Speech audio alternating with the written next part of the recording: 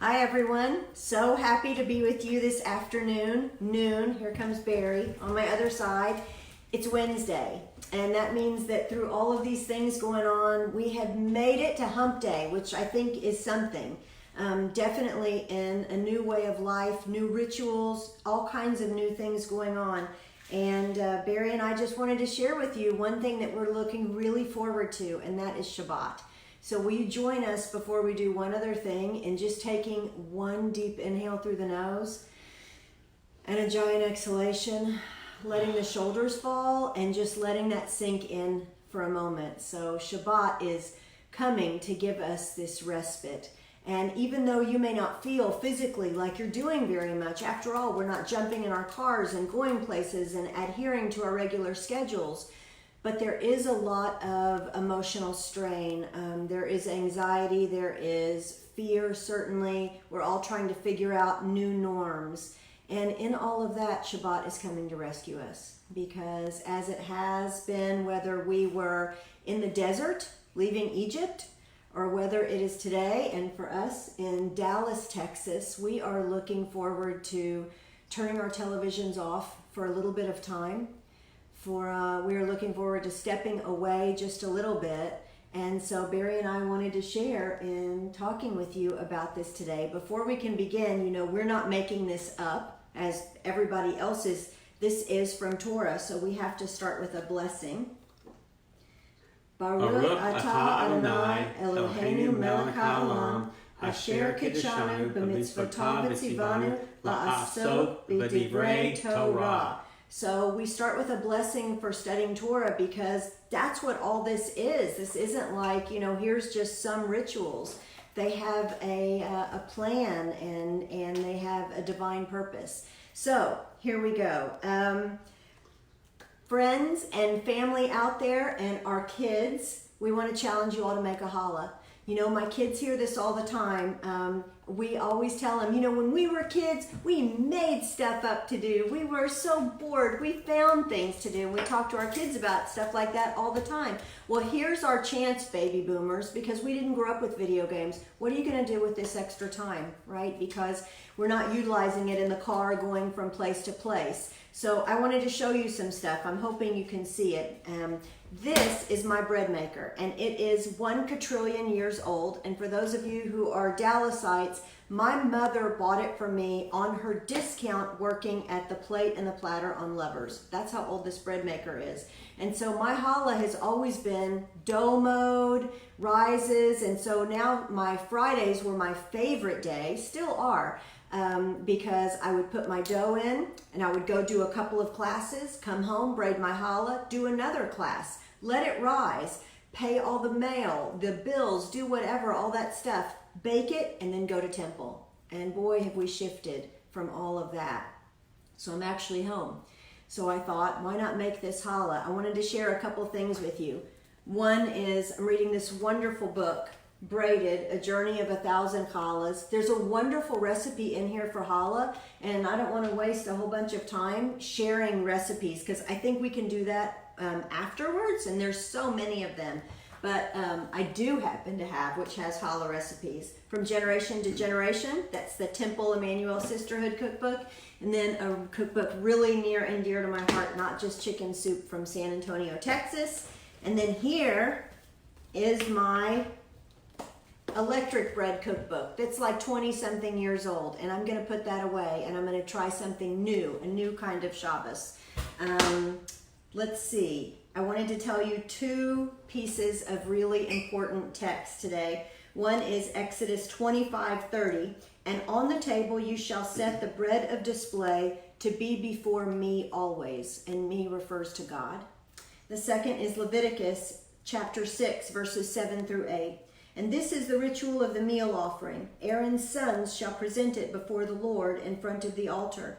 A handful of the choice flour and oil of the meal offering shall be taken from it, with all the frankincense that is on the meal offering, and this token portion shall be turned into smoke on the altar as a pleasing odor to the Lord. And when I read things like that, I'm always excited because it says that there are things that I can do that God likes. And that makes me happy in a relationship with God, as opposed to me only ever just asking God for things or simply in praise. But that puts me in a relationship with God, which makes me really happy. Okay, a couple things. Number one, I'm really lucky because I have frankincense, and you can still get it. It's still online. Barry knows it comes all the time. But I put 2 drops of frankincense in my challah recipe because that's what we just talked about in Leviticus 6, chapter 6, verse 7. So look for that. But I've always put 2 drops. My challah usually smells a little different than everyone else's, and I think it's yummier. By the way, frankincense connects you with the earliest Jewish people who used it for all kinds of things, and it is an incredible moisturizer for the face. And one thing that's mentioned as we build a Mishkan and did all of those things upon leaving Egypt in Exodus is acacia wood. That's what the altar was made of. And so I have this acacia wood salt cellar, and it's kind of cool, and I use things like that. Let's see. Oh, this is another one we're going to do this Friday. We're not going to save our fancy Shabbat candles for next year. We're using them.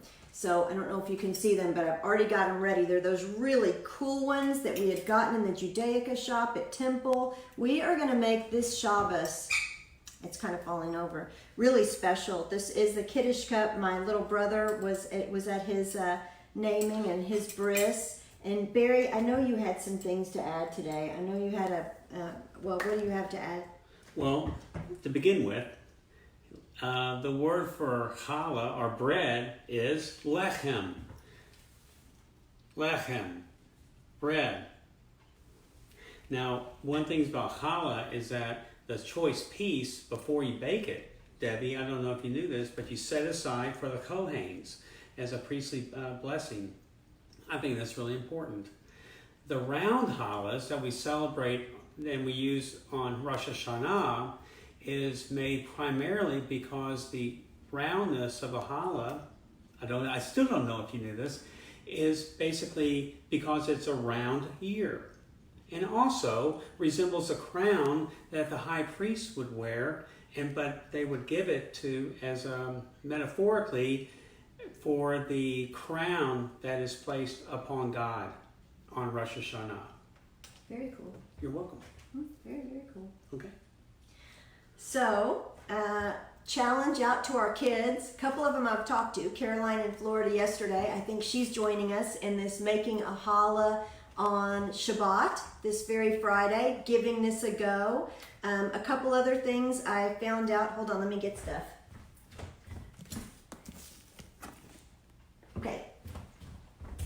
Amazon has our Mishkan Tefillah, and I know so many of us are streaming our services. So I looked today to see, can you get this on Amazon? Because I had bought mine at the Temple Emmanuel Judaica shop, and yes, you can.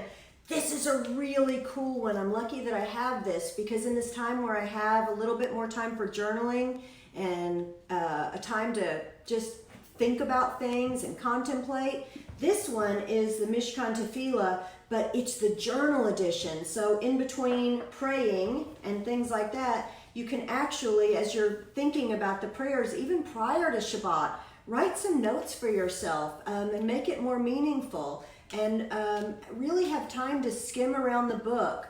There's all these times where we really are in our cars and we're going from place to place and life is busy and has been busy, and all of a sudden we're having this time. And I know one practice that I'm working on, and it's quite challenging right now as I'm very tempted to continue to get on social media just to see what everyone else is doing.